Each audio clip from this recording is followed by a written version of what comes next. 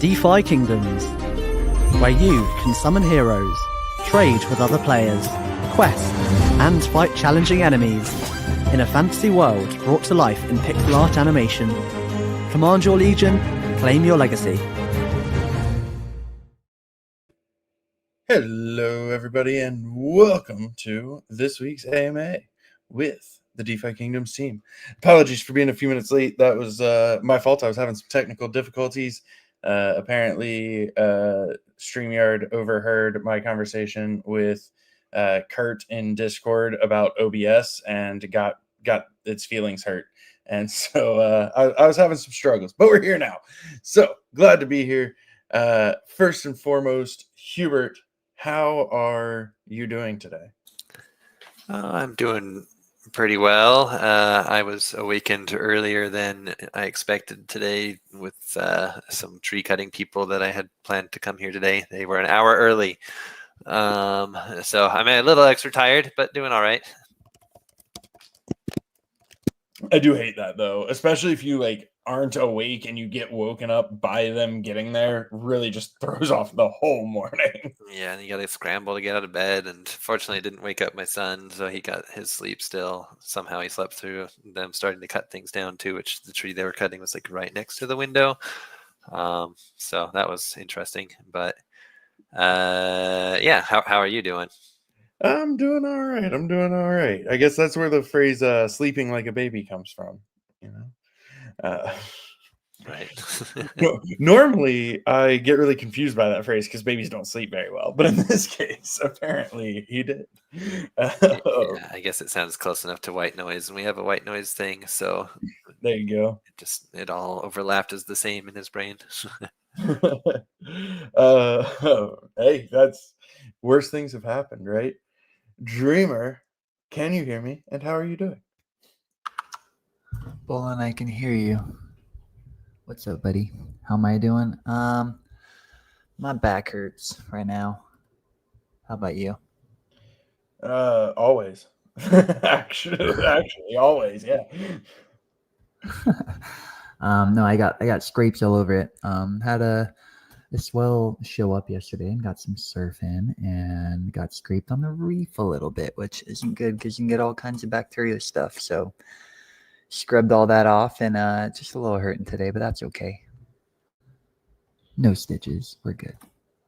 There you go. Hey, as long as you don't have to go to the hospital, life is better if you stay out of the hospital.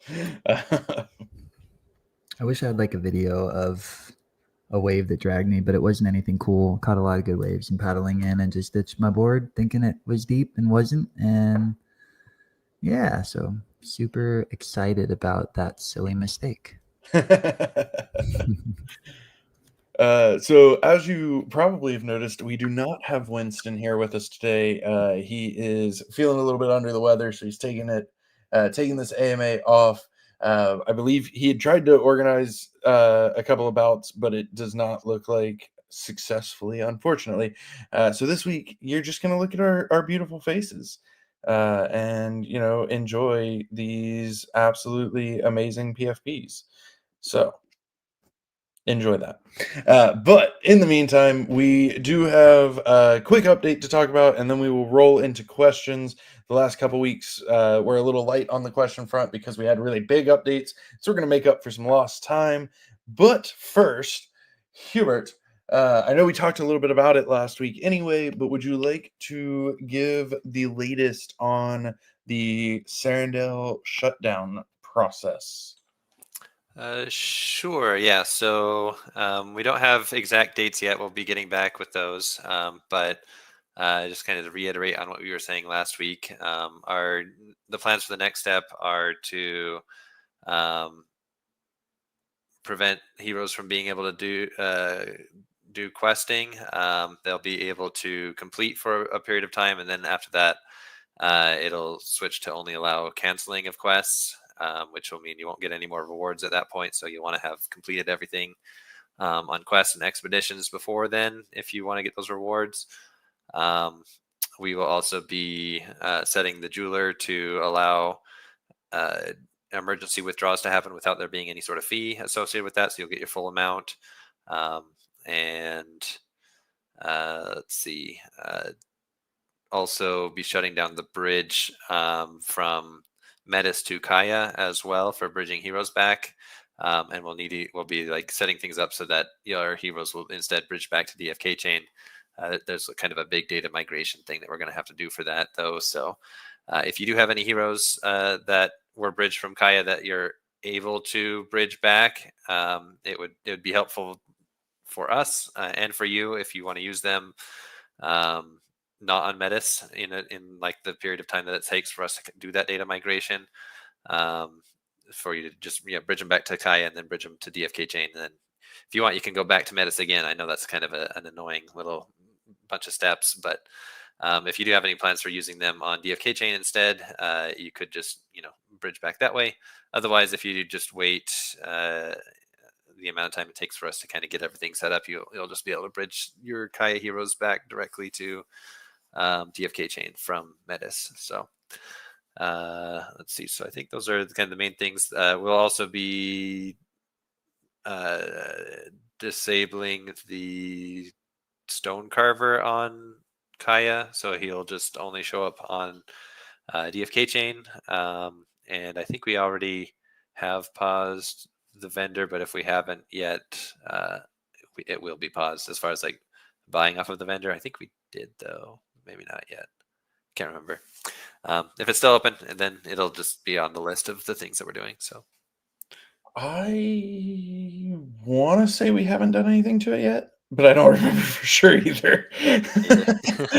It was on the list somewhere in there, Yeah. And I guess I will note that for the two like useful for potion ingredients from questing, our current thinking is that we'll be adding those back to the vendor in DFK Chain to purchase with gold. We'll be adjusting the formulas on those so it doesn't start where it did the last time we did that. But for the time being, like to be able to access Swift Thistle and Sailfish, you can either purchase what's available in the dexes or be getting it from the gold vendor. And we're going to try to adjust the prices so that it kind of matches what the level is at this moment, and then kind of adjust the growth and reduction factors a bit so that it's, I guess, more appropriate for the current situation. Nice. Thank you. That's everything. Did I forget anything? That seemed like everything. I believe that was everything. Okay. So, awesome. Thank you, Hubert. With that, let's roll into some questions. So don't go anywhere because I'm coming to you for the first one. With the on that topic, with the shutdown of Sarandale, any thoughts on how that will impact lands? And if we still anticipate eventually having 2,000 lands in Sarandale? So yeah, the 2,000 lands in Sarandale thing, that hasn't been the case for a while. That was like prior to us expanding to Crystal Vale. We adjusted our plans to be 500 lands per realm instead. So that plan hasn't changed. It's still kind of what we're intending to do.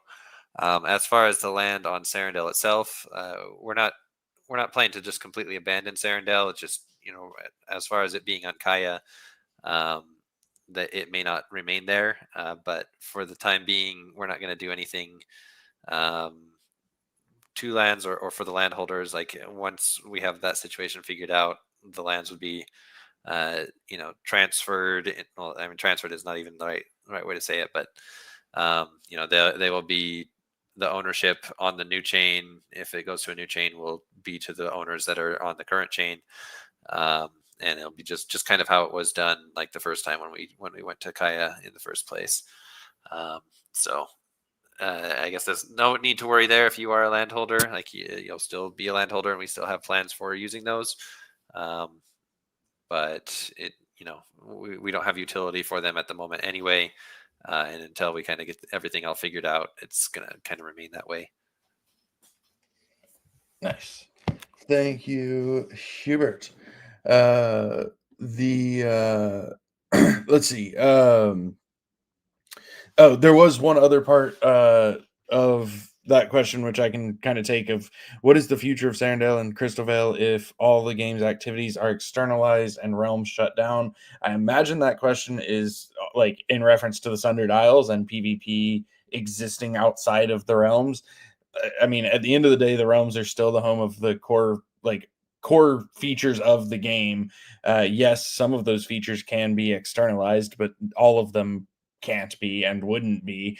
And the realms still have their places, and those features can also come to the realms in future like updates. There's nothing that says that like PvP can never come to Crystal Vale or Sarandale or wherever, and I don't think that would be our plan anyway. So I don't think I would not recommend looking at it as what's going to happen, because that's just not really what's planned. On the topic of Sarandale, actually, as well, a question that I can kick off, but if any of you have thoughts, you're welcome to add. Could we consider reopening Sarandale on DFK Chain? The short answer would be, I mean, yes, we can consider anything. The slightly longer answer would be, at the moment, that's just not going to be what we prioritize.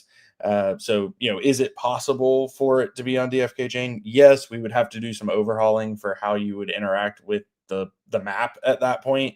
I know other people have said, like, just make another L1. Yeah, that is also possible.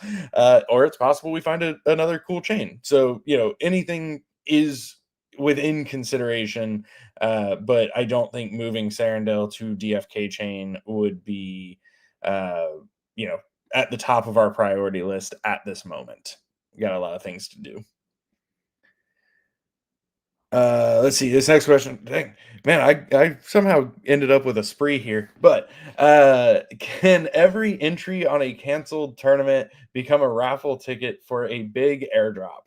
At this point in time, I'm going to say probably not. Conceptually, yes, that is a thing that we could do. But we would have to figure out what we were giving away. Something would be obviously, getting diluted in some way, shape, or form by us doing a big airdrop. And we really appreciate everybody who's participating in tournaments. We know it's frustrating when you join a tournament and then it's not run. We're trying to do what we can to have less of those as well.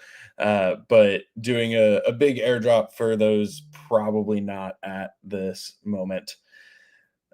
All right, let's see. I get a momentary break and get to throw it back to Hubert.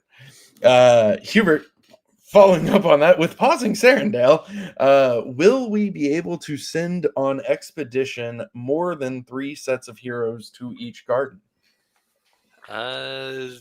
Probably not going to focus on making adjustments to the gardening system at this point. I mean, you still can do expeditions and go to the Gaia's garden with any number of heroes.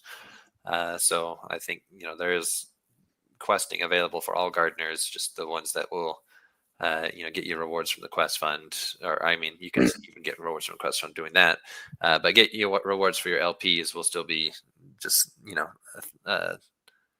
the three sets of 2 per LP that you're in. Nice. Yeah, don't forget about that Gaia's garden. It's putting in heavy lifting.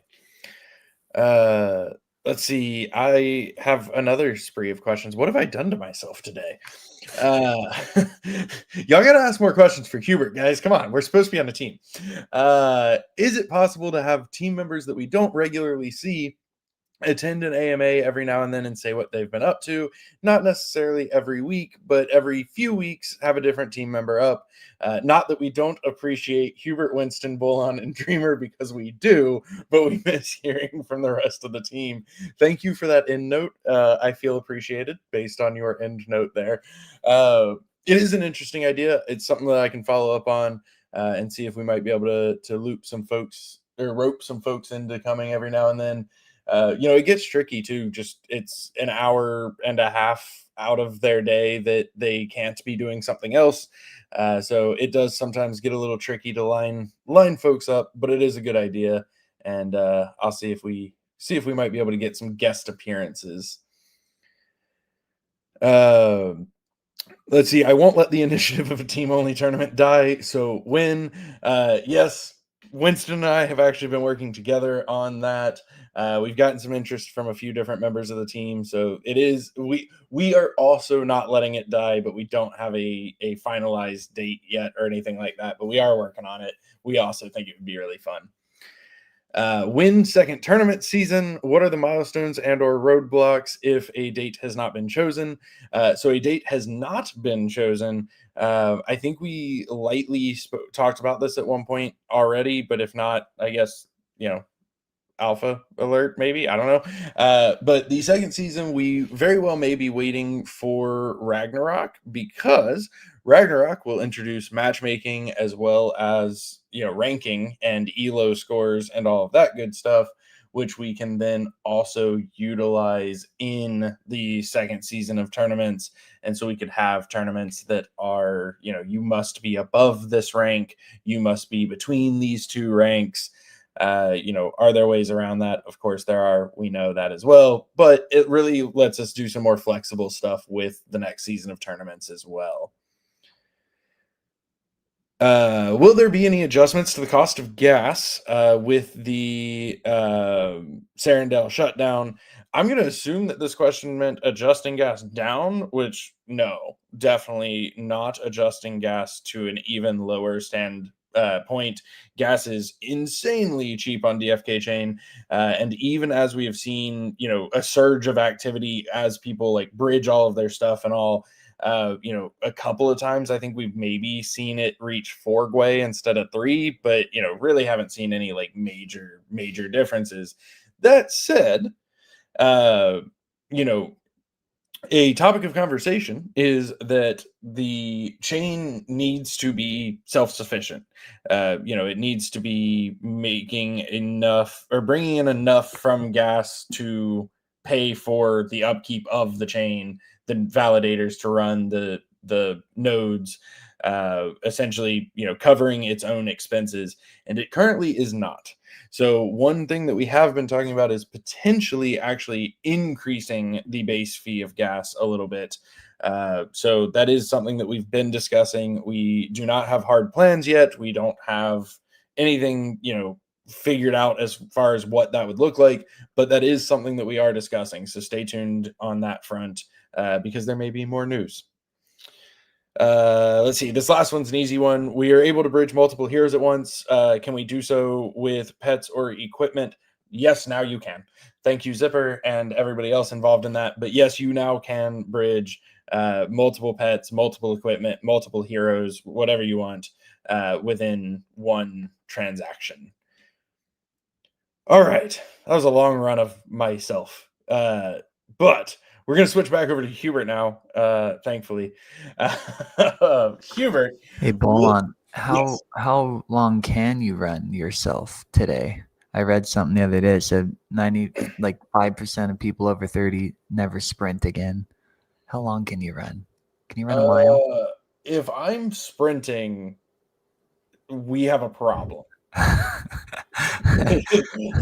If I'm sprinting, something is chasing me, and I am a native born Floridian, so I often travel with a friend, and if that friend can't stop whatever's chasing me, we have real problems. So if you ever see me sprinting, run. Just go. Don't ask questions.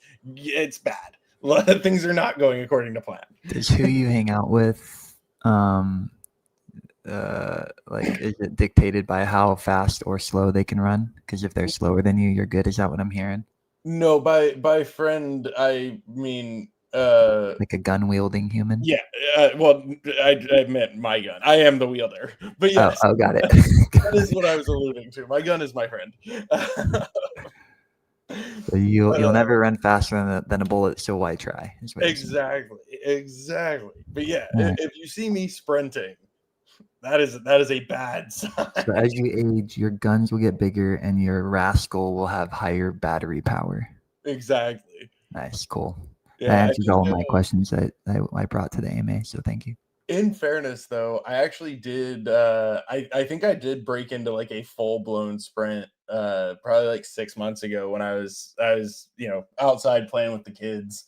and they decided that they thought that they were faster than me, and I don't like to lose. So they definitely have more endurance than me, but I still have longer legs than they are because they're kids and I'm taller. So I can outrun them for a very short distance, but then I can't run anymore and they still can. Zealous says, there's a cold dew at the finish line. Does it change your performance? Ooh, quite possibly. Quite possibly. All right, I'll stop with the distractions. Although I had another Mountain Dew distraction come to mind, but I'll leave it for now. No, go for it. What is it? Let's do it. I like Have it. you heard of Mountain Dew Hard? The like the Alcohol. alcoholic ones? Yeah. Yeah, they're really bad.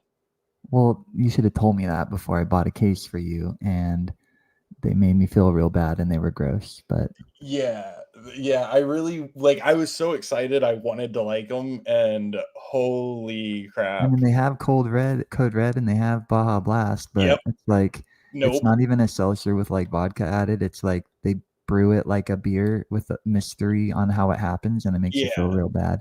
So if Yeah. somebody wants a really cheap good time this weekend, go get a case of Mountain Dew Hard, and you'll get a unique kind of hangover, even if you only have a sip. Yeah. It's kind of weird. I was so excited for it. I went to like 3 stores to find it, and then I was just so sad. And they don't taste like Mountain Dew, Code Red, or Baja Blast at all in any way, shape, or form. It's just really disappointing.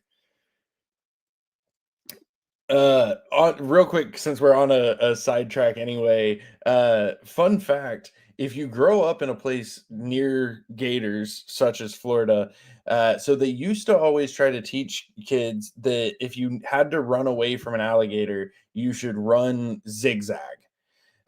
So first off, we know that this is going to be a really random reference, but I'm going to do it anyway because it popped in my head. We know that Bran from Game of Thrones, no, not Bran, the other one, the little brother, did not learn that lesson because that's also how you should run from archers. But that is not at all how you should run away from an alligator. Spoilers. Yeah, okay. Yes, that's a Game of Thrones spoiler. If you haven't watched it by now, you're on your own. But yeah, you should. The statute of limitations is 10 years, or you're not supposed to spoil it for 10 years. So, listen, that was like season 7, so I think it hasn't been 10 years yet. But anyway, it's fine. It's fine. Season 8 is so bad that they don't deserve any respect anymore. It's true. But yeah, you should not zigzag if you run away from an alligator. You should just run in a straight line and go and just run. But also, alligators aren't going to chase you. They don't care. They are not that interested in you. But yeah, as a kid, we were always taught like zigzag, but the alligator just goes straight and then it catches you because you're wasting a bunch of time going back and forth. Anyway, this has been your alligator fun fact of the day from your local Floridian. Going back to some questions. Oh, I never asked the one to Hubert. Oh my god. All right, Hubert. Will Ragnarok be off-chain and mobile app eligible? So initially it's still, we're planning on it being an on-chain experience, though I think it is one that is very adaptable to being like completely off-chain if we wanted to. So there's always the possibility that we go that route. Though I think if we did do that, it'd probably be somewhat separated from the on-chain experience as well. But yeah, it is going to be, I think, a lot more possible than with other things that we have in the game. Very nice. Very nice. Very nice. Let's see. Dreamer, I can't let you off the hook. You're here. Gotta get you going. So question for you, Dreamer. Can we have some insight into what Sunbear and Starcat have been working on? Time frame given was last 6 months, but I'll let you improv on that. Any achievements worth mentioning? improv, like Michael Scott improv, where he just ends up specifically on everybody. Side note on Office, if you have Peacock, the streaming service, there are super fan episodes on Peacock of The Office, and all of them are like 40 minutes long. like doubles the amount of time on each episode. So if there's a time in your life where you binge The Office, you should probably go to Peacock and watch these because it completely changes it and it's awesome. Anyway, what was the question? Oh, what have people been up to?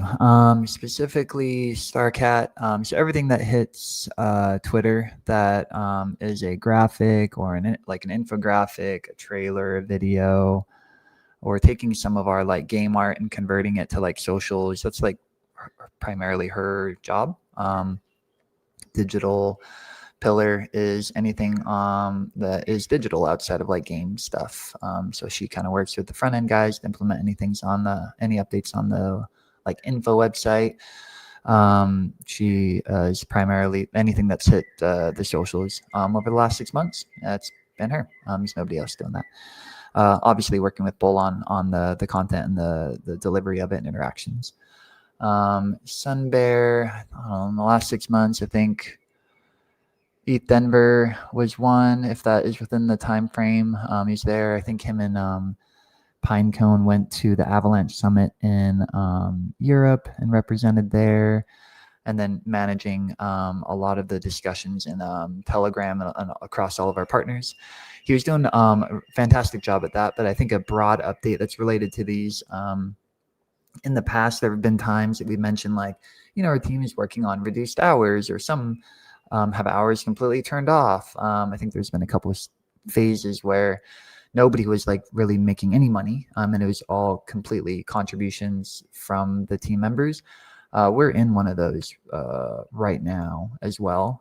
We've been talking about reducing costs and everything, and looking at ways to extend and look for our next opportunities on the build side, but also on sustainability.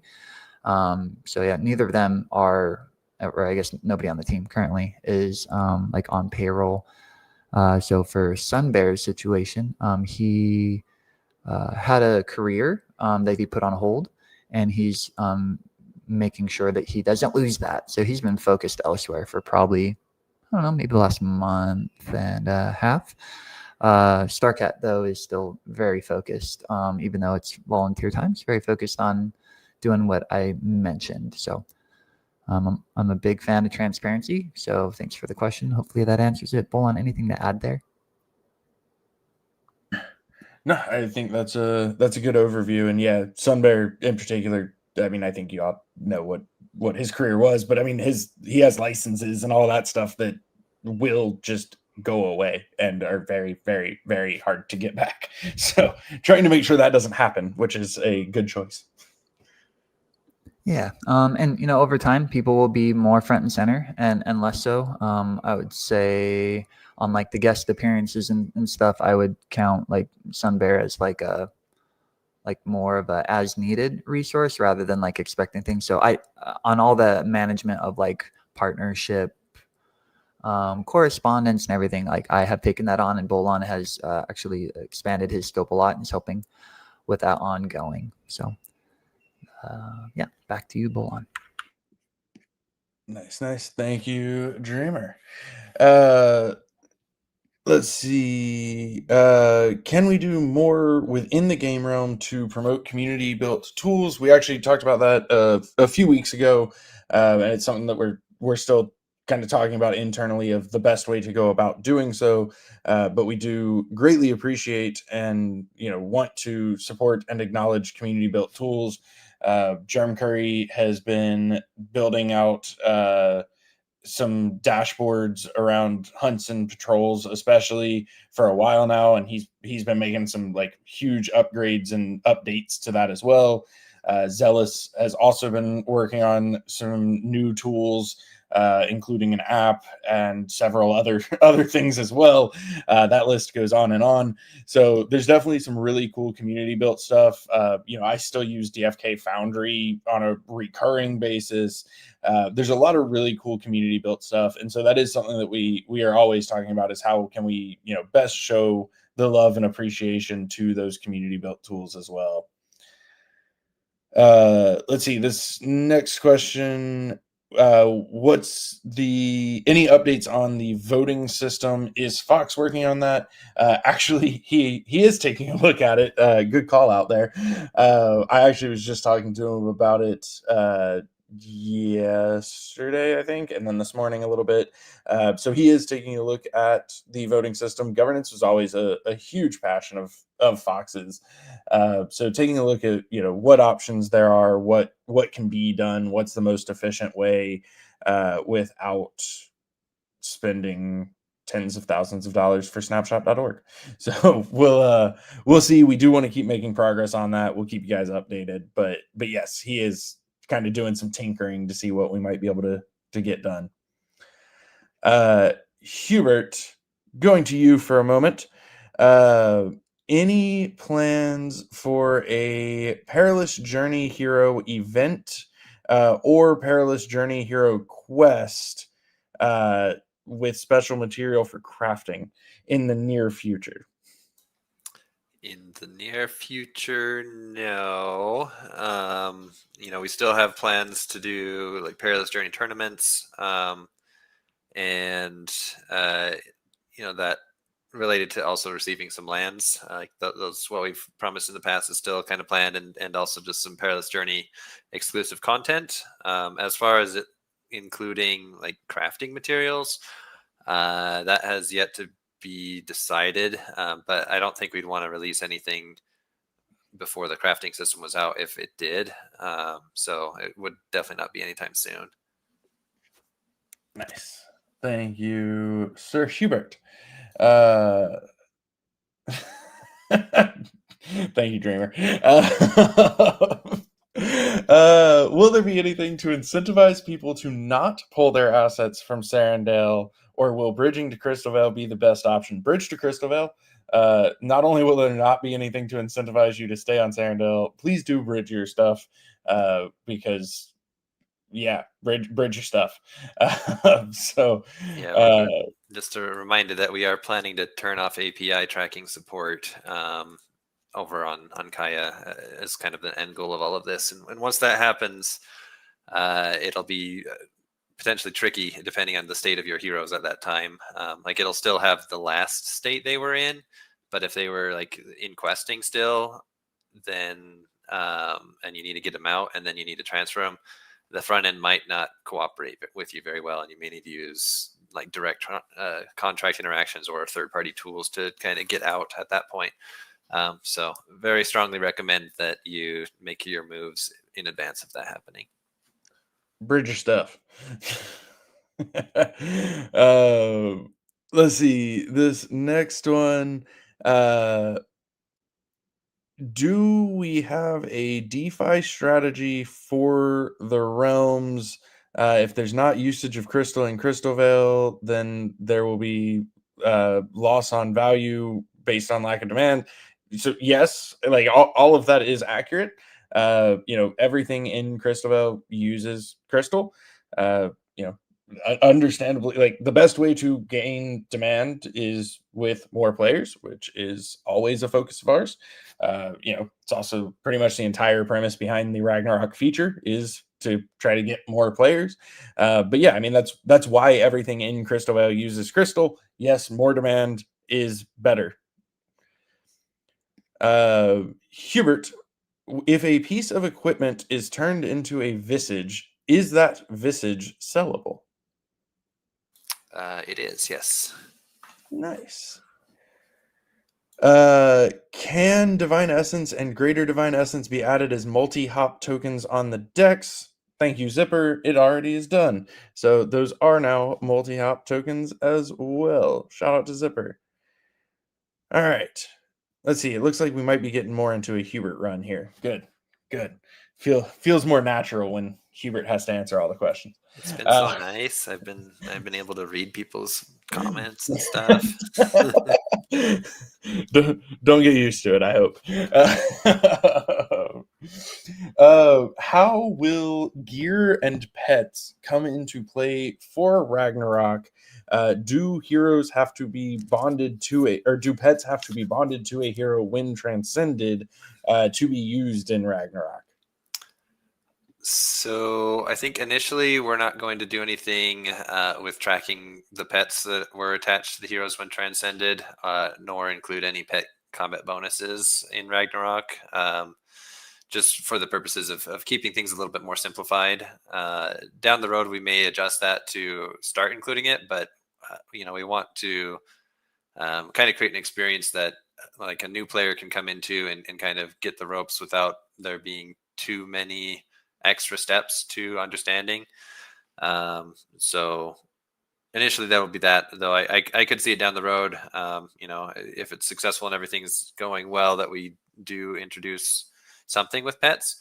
As far as equipment goes, though, that's going to be automatically kind of provided to all of the heroes that are there. So you'll be able to see like what their attack and their spell and their defense and all those parameters that are kind of dependent upon their equipment.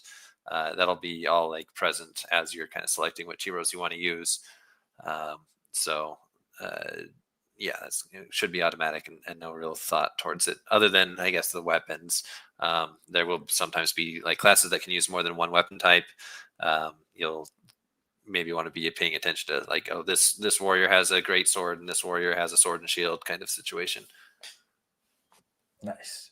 And yeah, I mean, once Ragnarok is massively successful and massively popular, and we have all of these players, maybe we do a second version, like within the game, like a second game mode that has pets. Maybe we'll see. But first, we're gonna, have it be massively popular and successful. Step one. Hubert, how would Ragnarok and regular tournament series or seasons, interact? So is Ragnarok an additional game mode, or is it replacing tournaments? So yeah, Bolon kind of talked about this a little earlier. So Ragnarok's going to be its own kind of standalone thing. It's more about ladder progression and doing like matchmaking, having an elo score. And we do plan for there to be seasons with that. But it is something that's meant to be kind of more approachable, more, you're just using transcended heroes. You're not using your own assets and things like that. So it's pretty different, I think, than tournaments, which, the idea of tournaments is that people are going to bring their best heroes and compete in some of the highest level combat available. And, having the rewards be kind of more balanced towards, it's a lot more effort to go through tournaments than it will be to do Ragnarok, though it will still be definitely high effort to get to like the top ranks in Ragnarok as well. So they will be separated, but as Bolin mentioned, we will have the ability to use the elo scores that you get to in tournaments. So we can check your wallet's elo score, require maybe that you have over a certain level or below a certain level, things like that. And I don't know that every tournament will have those kind of requirements, but it will be an option for us to add that, which may help with some of the concerns people had with tournaments in the past. Nice. Thank you, Hubert. Let's see, this one, follow-up question on that of sorts. The Metis grant for player rewards, will the remainder be used for upcoming regular tournament seasons only, or will a portion be allocated for Ragnarok as rewards for both the players and the Transcended leaderboard? So in the good Lord, sorry, brain fail. The portion of the Metis grant for player rewards, we did use for a couple of other things. We used it for some patrol stuff. We did some different like Twitter giveaways and that kind of thing. We incentivized some private bouts before tournaments went live. So we've done a handful of things with those rewards. But Ragnarok is not intended to be on that list. So the rewards for Ragnarok and for transcending heroes that end up being used in Ragnarok will be a different set of rewards from what the grant included. I'm just going to leave it at that for now. Hubert, any thoughts on after Ragnarok making an additional game mode of Ragnarok, where essentially you same draft system and everything, but you then fight your way through a number of PvE battles, beginning with night raid enemies and having a final battle? Currently would be probably the box as like the highest level enemy. Yeah, I mean, that's certainly an option. I'm less inclined to want to go that way or prioritize that way over, just the PvP version of Ragnarok. Just because with PvE, we have like a whole, our hunt system, we have patrols, we have other things planned that do use people's assets. And I think I don't really want to build things that detract from that gameplay loop where, NFTs are actually being used and valued and things like that. If we kind of just have a full, you don't need to bring anything mode even for PVE. I think that maybe might be a step too far, but maybe down the road once we kind of get other things more established, we could see if it would make sense to do at that point. Nice. Will players playing Ragnarok for free have ads? I would say that is a strong possibility, but we haven't finalized anything at this point. Nice. Yes, Zan, you are, yes, that one. So technically, I guess it depends on how you look at it, but I call it free to play. But yes, there would be gas.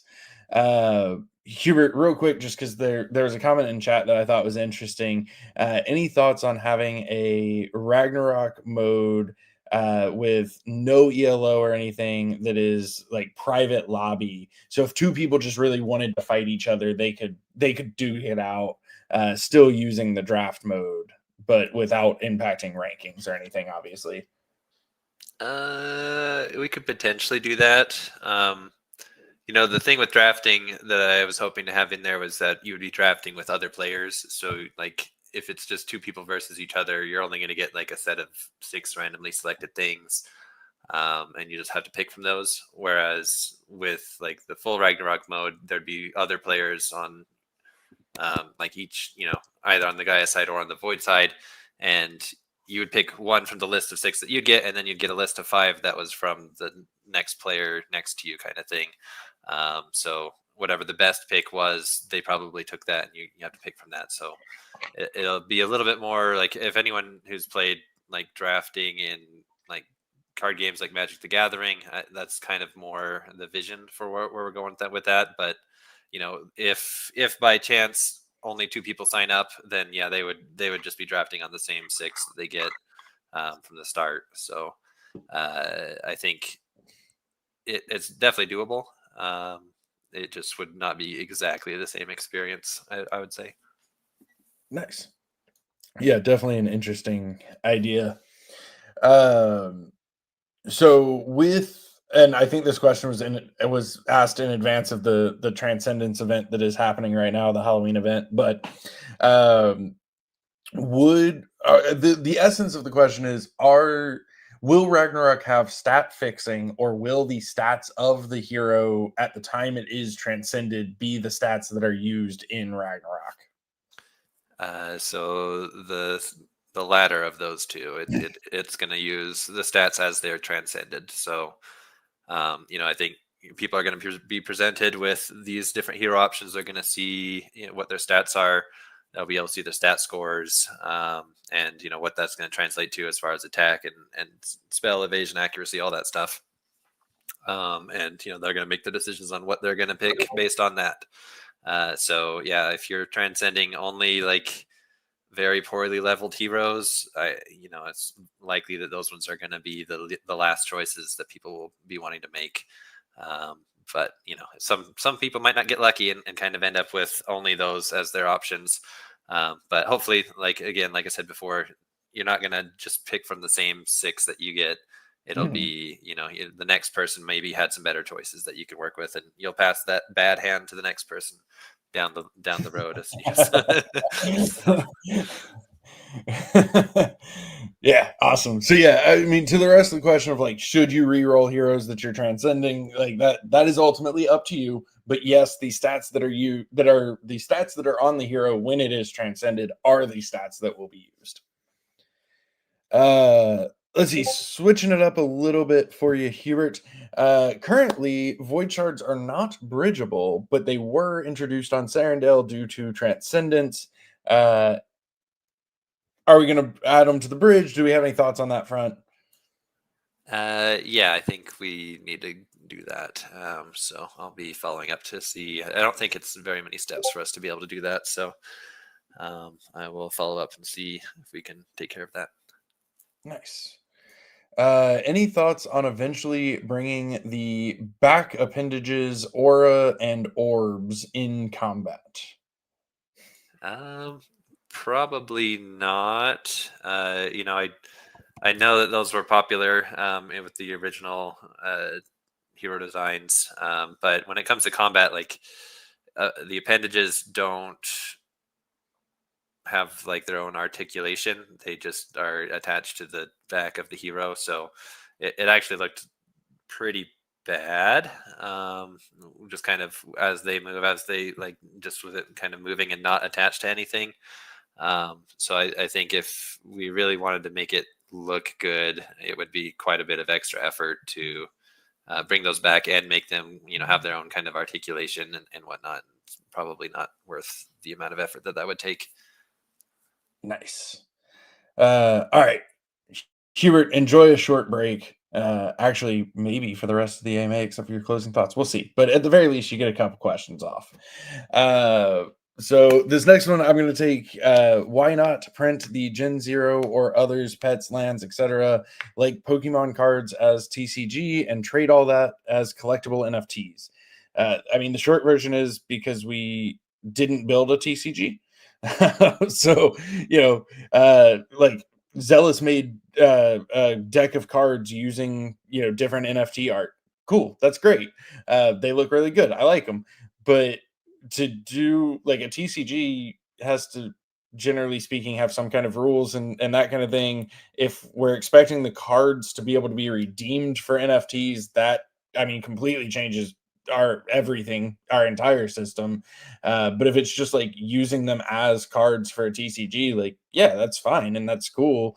But even if we don't have like a game built around that and it's just a TCG, there has to be an audience for it. There has to be, some kind of demand for it. So if we just, print a bunch of cards that have Gen Zeros on them, like what are we doing next with that? I guess would be my question. Because we didn't build a TCG, we built an RPG. Let's see, this next one, Dreamer, I'm going to toss it over to you. Have we considered expanding or moving Sarandale to Monad? Monad, I'm assuming, is another chain. We've never talked with their. Hello, can you hear me? Yeah. It is another chain. Yeah.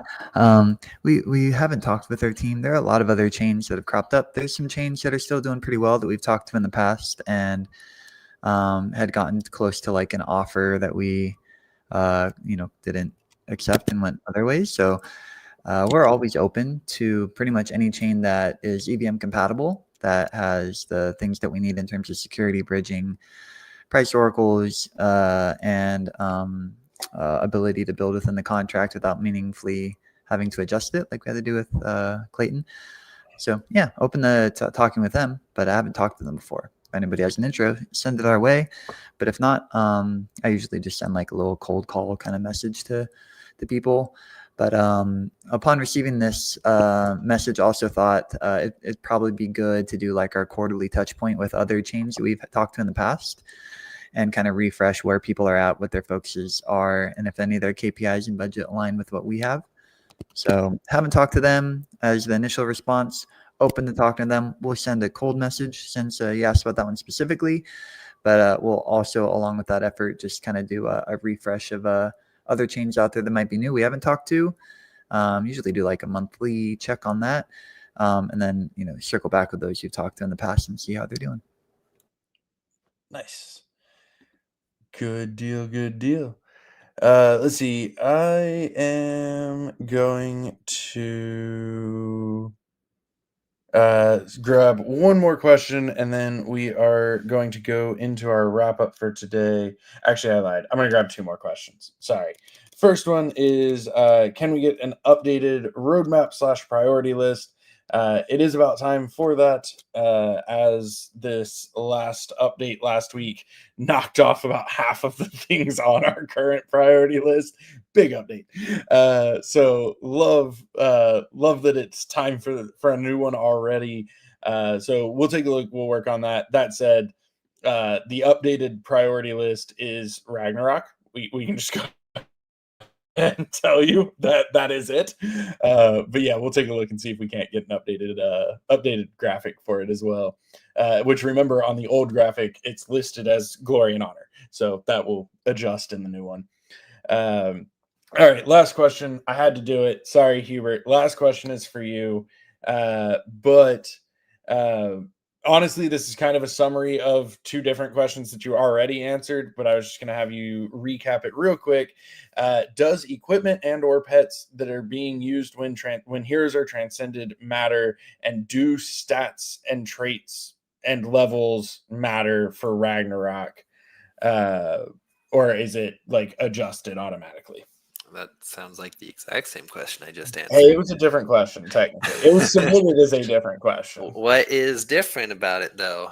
Primarily the first part. Well, no, actually, no, all of it. Never mind. I take it back. It was all the same. So, pets matter for Divine Essence, but outside of that, for Ragnarok, what Hubert already said. I felt like it was a little bit different, but no, you're right. It wasn't. Hubert just reversed back at you, the AMA. He did. He really did. He was like, asking you anything about anything you're asking us. Hubert was like, no. You're not getting me. I guess there Hubert, was do we have to update this to ask me anything only once? You only get one shot, otherwise you're out. No repeats. I guess there was something about level in there that I didn't mention, so I will say that the intent with Ragnarok is that the teams that you're drafting would all be of the same level in general, though there may occasionally be times where you get if it's like level 13s, it might be 13s and some 12s mixed in or something like that. So that was not mentioned before. And so when you are transcending, and with our Halloween event, we are looking for heroes of very specific levels, because those levels had fewer heroes transcended in them, especially of usable classes for the combat engine. So that is why we are doing the Halloween event as we are doing it. So just, I guess, a plug in for that reminder that is still ongoing and will be going until the end of January. And I hope you guys are participating in getting all those blood and hex stones. Yeah, seen some really cool heroes being made with blood and hex stones. I think there might be a Dread Knight of each one already. Like, it's been strong. It's been strong. And then just real quick to answer in chat. So yeah, the enchanting that we introduced last week does not use heroes. It's just enchanting light to have some enchantments available for folks. The crafting system that will use heroes will work differently. And as far as how it will work, we are still designing that. So we can't really go into a whole lot of detail on there. But yes, there will be skill involved. There will be finding materials involved. But what all of that looks like, we have not finalized any of that yet to the point that we can share yet. Kurt is confirming. Oh, go ahead. Sorry. Yeah, I'll just say you can definitely expect more variety than what is available with the kind of light enchanting system that's available right now. Nice. Yeah, for sure. Kurt's confirming that every class has been made in both Hex and Blood. So there are purple and red skinned heroes everywhere, including a mythic tentacle dragoon with purple skin, and a mythic skin dread as well. So yeah, get out there and get those stones, transcend away. It's definitely been a fun event so far, and we're looking forward to the rest of it. With that, let's move into our wrap up. As always, thank you, Dreamer and Hubert, for being up here, and thank Winston for normally being up here. Hope you get to feeling better. Thank you, everybody in the audience, for joining us and listening and participating and being a lot of fun. Chat has been a really good time. Our chat has been a really good time today, which is awesome. Love to see it. Thank you, as always, to everybody who submits questions. We made some really good progress in getting caught up this week, but if we have not gotten to your question, we will get to it next week. Keep the questions coming. You can submit your questions in the AMA questions channel in Discord. This is our quote unquote new AMA time due to the US time change. So for those of you that are not impacted by the US time change, this is the new AMA time. Well, this is the end of it. I guess technically it was an hour ago, but you know what I mean. But yeah, really appreciate you guys and looking forward to what's coming. Hubert, any final thoughts? Yeah, it's been really great to see everyone participating in the new release with durability, enchanting, and pet combat bonuses coming out. It was, our largest new feature release that we've ever done all at once. It was a huge amount of effort to get to that point.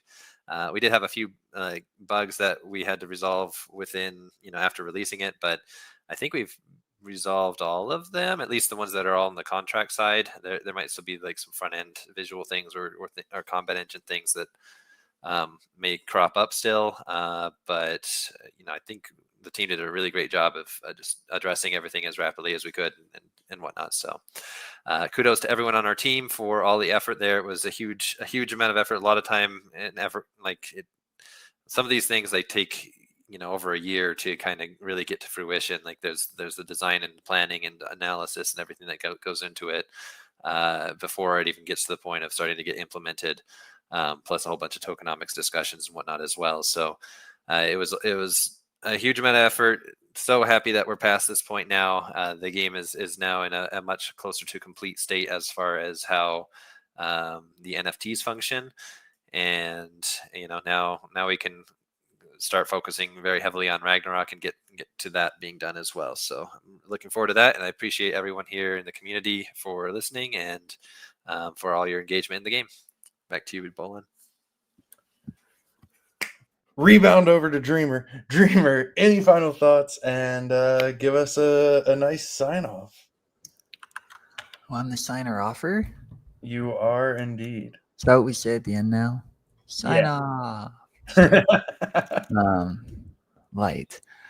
So hi, I will be your Hubert Rebound for the remainder of this AMA as you introduced me. I don't know what it means to be a Hubert Rebound, but I'm here. And I'm excited to talk to everybody and say the big fat B word in a couple of seconds.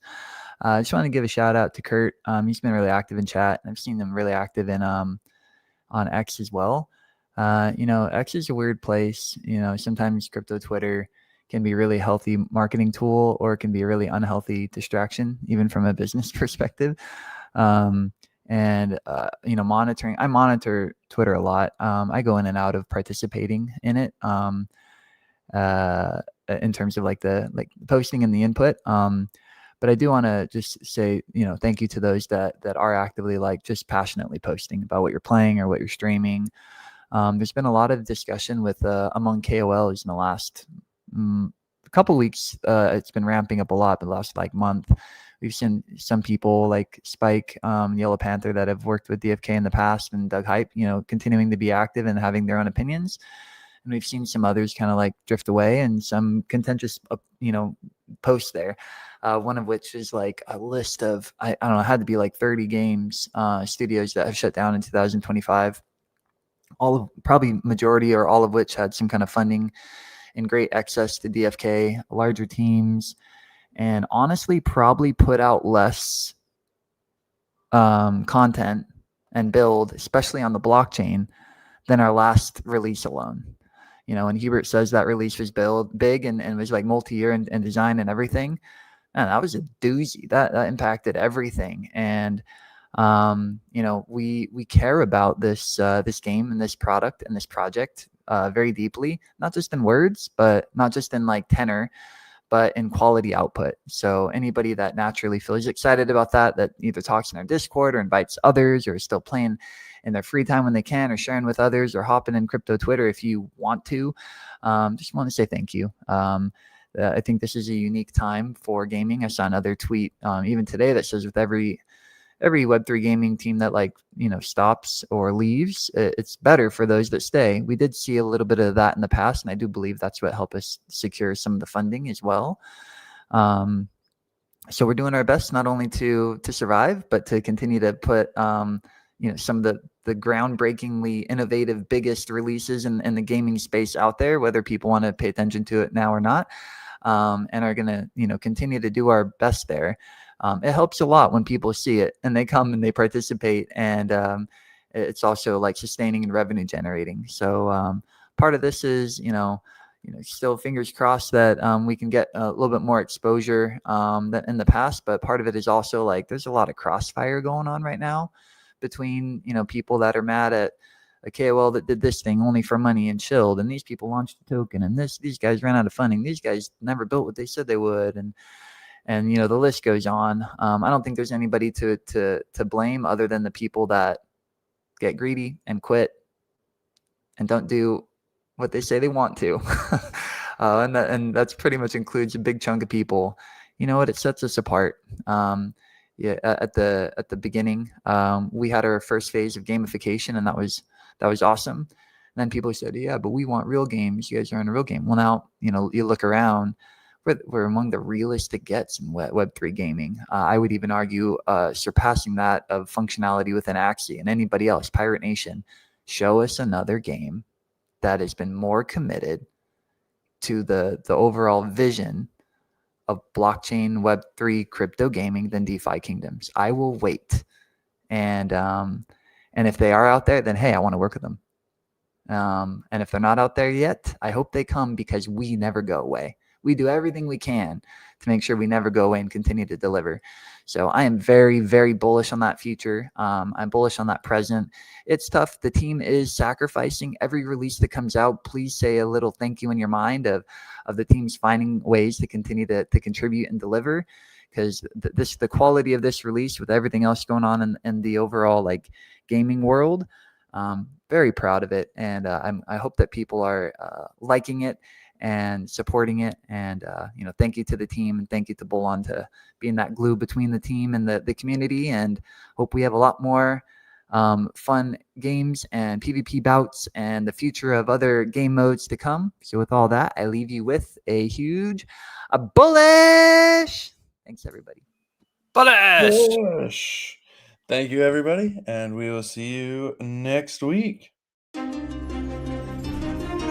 DeFi Kingdoms, where you can summon heroes, trade with other players, quest, and fight challenging enemies in a fantasy world brought to life in pixel art animation. Command your legion, claim your legacy.